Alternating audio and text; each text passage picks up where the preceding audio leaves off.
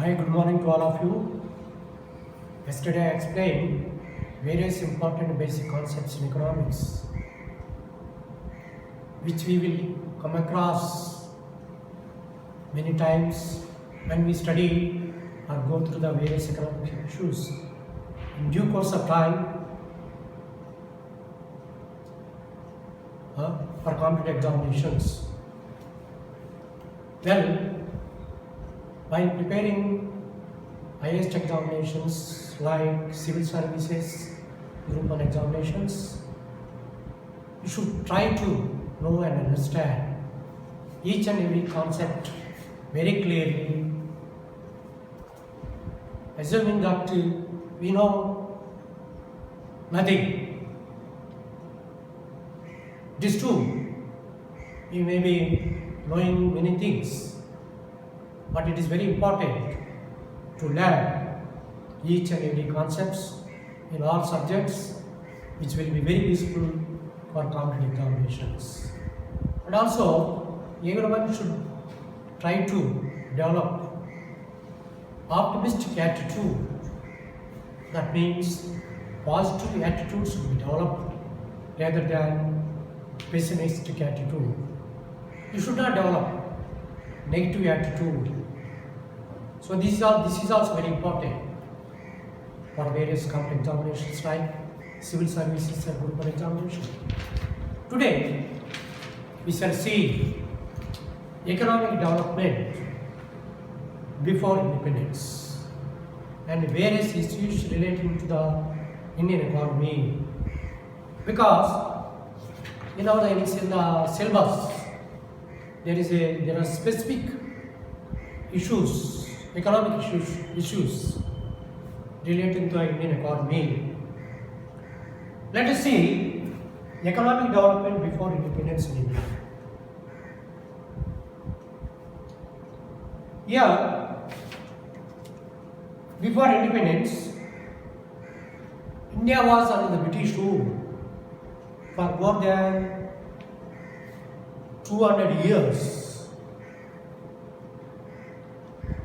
Before independence, India was developed by British economy, not for the development of Indian economy. It was developed, Indian economy was developed only for the benefit of the British economy. How was the Indian economy before independence? Indian economy, it was a colonial economy. Colonial.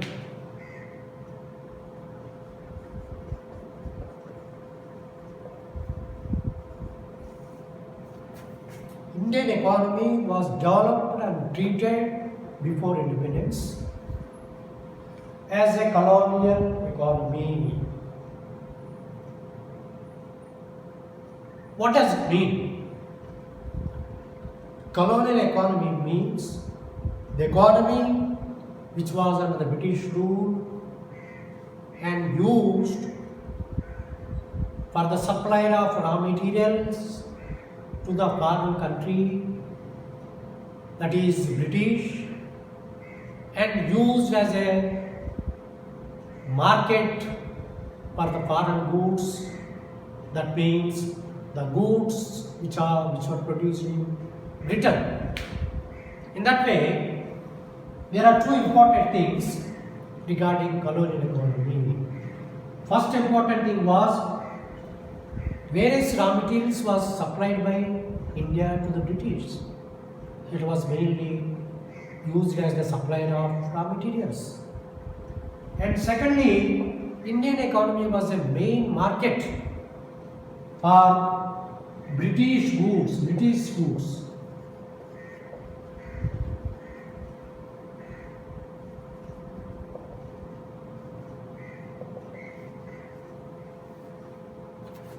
For these two purposes, Indian economy was developed and used by the British government before independence.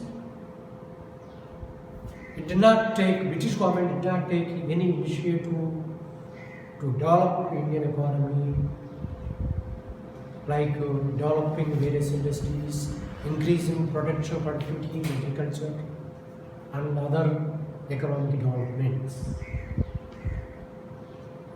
So this was the nature of Indian economy before independence. Now, the rate of economic development before independence was very low. That means the production and productivity in agriculture was very low. Major industries and key and basic industries were not developed in India. Of course, there are some few industries which were developed in India. Those are not basic and key industries, only consumer-based industries.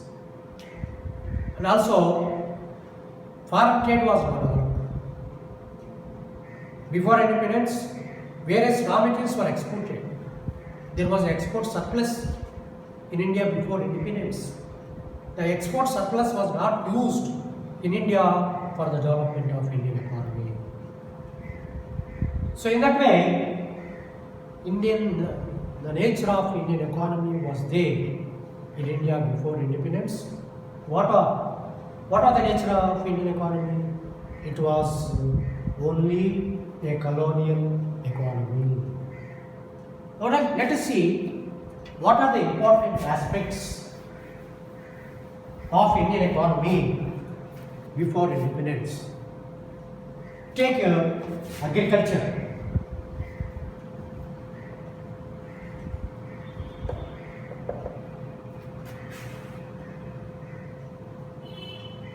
In India before independence, agriculture was the main occupation for the Indian people.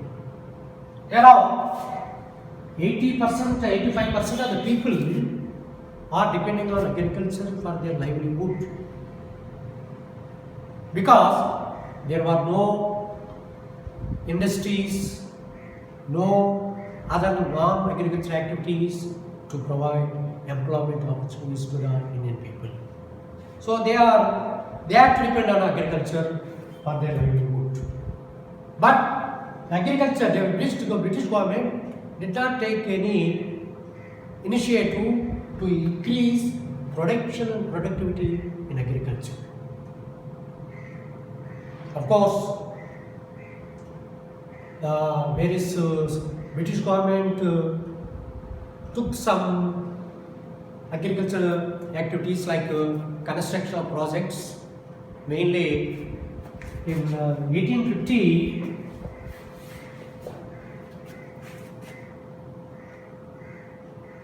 British government constructed a project over the Godavari River in Rajahmundry near Dhavleswaram. Who was the person responsible for construction of this barrage? Sir Arthur Cotton. Sir Arthur Cotton. You should know the name of the person who was responsible before independence for the development of irrigation, for the construction of irrigation project or barrage on the Godavari River in Dhavleswaram in 1850.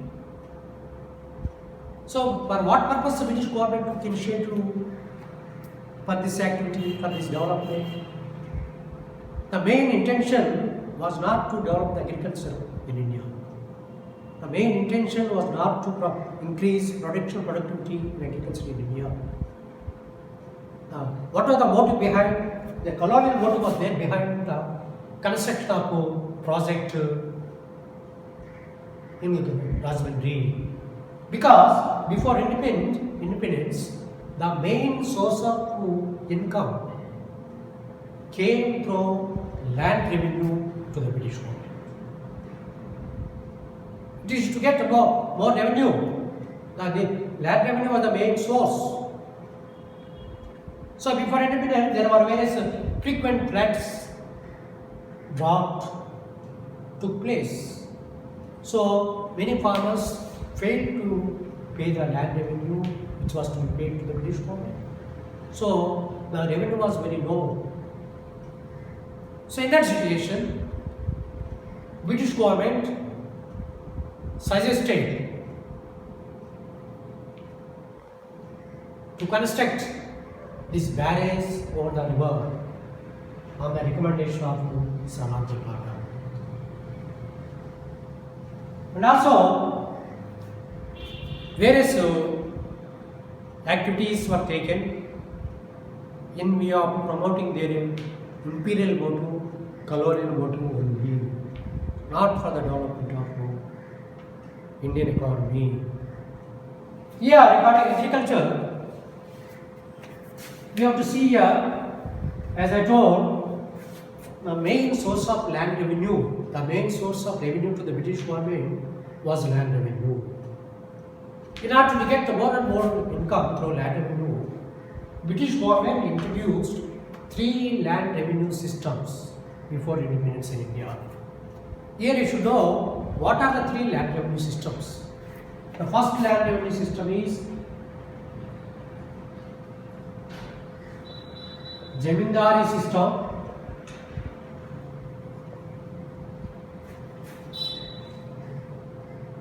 Second land revenue, Raitwari system. Third one was Mahalwari system. These were the 3 land revenue settlements, land revenue systems which were introduced in India before independence in different places, in different areas.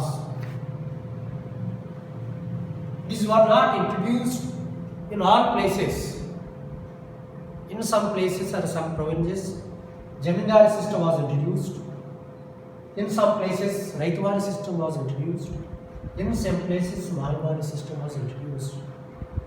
The main motive behind introduction of these 3 systems was to get more and more income, revenue through land revenue collection. Now let us see one by one. Let us see Zamindari system.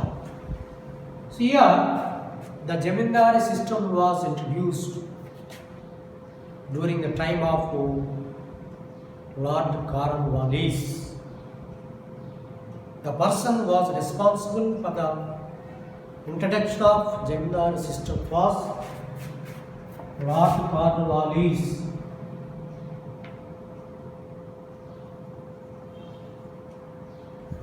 No, Lord Cornwallis was the then Governor General before independence. Before independence, India was ruled by the lords called Governor Generals, who acted as a representative of the British crown, king or queen. So the Lord Cornwallis suggested to introduce Zamindari system in those places where Zamindars were in large number. The places where Zamindars were there more in more number. In those places, Zamindar system was introduced. For example, Bengal, Bihar, in some parts of Andhra Pradesh. Before independence, there were Zamindars in Andhra Pradesh also. In Andhra Pradesh also, in all places, Zamindar system was not introduced. In India also, in all states, Zamindar system was not introduced. Those places where Zamindars are in more number, In those places, Jamindar system was introduced. So here you have to mainly remember, mainly in Bengal, Bihar, Jamindar system was introduced on large scale. So what was the system? The Jamindar system under which there was no direct relationship between farmers and the British government in the payment of land revenue. That means the farmers who cultivated the land did not pay directly to the British government. There were middlemen between farmers and British government.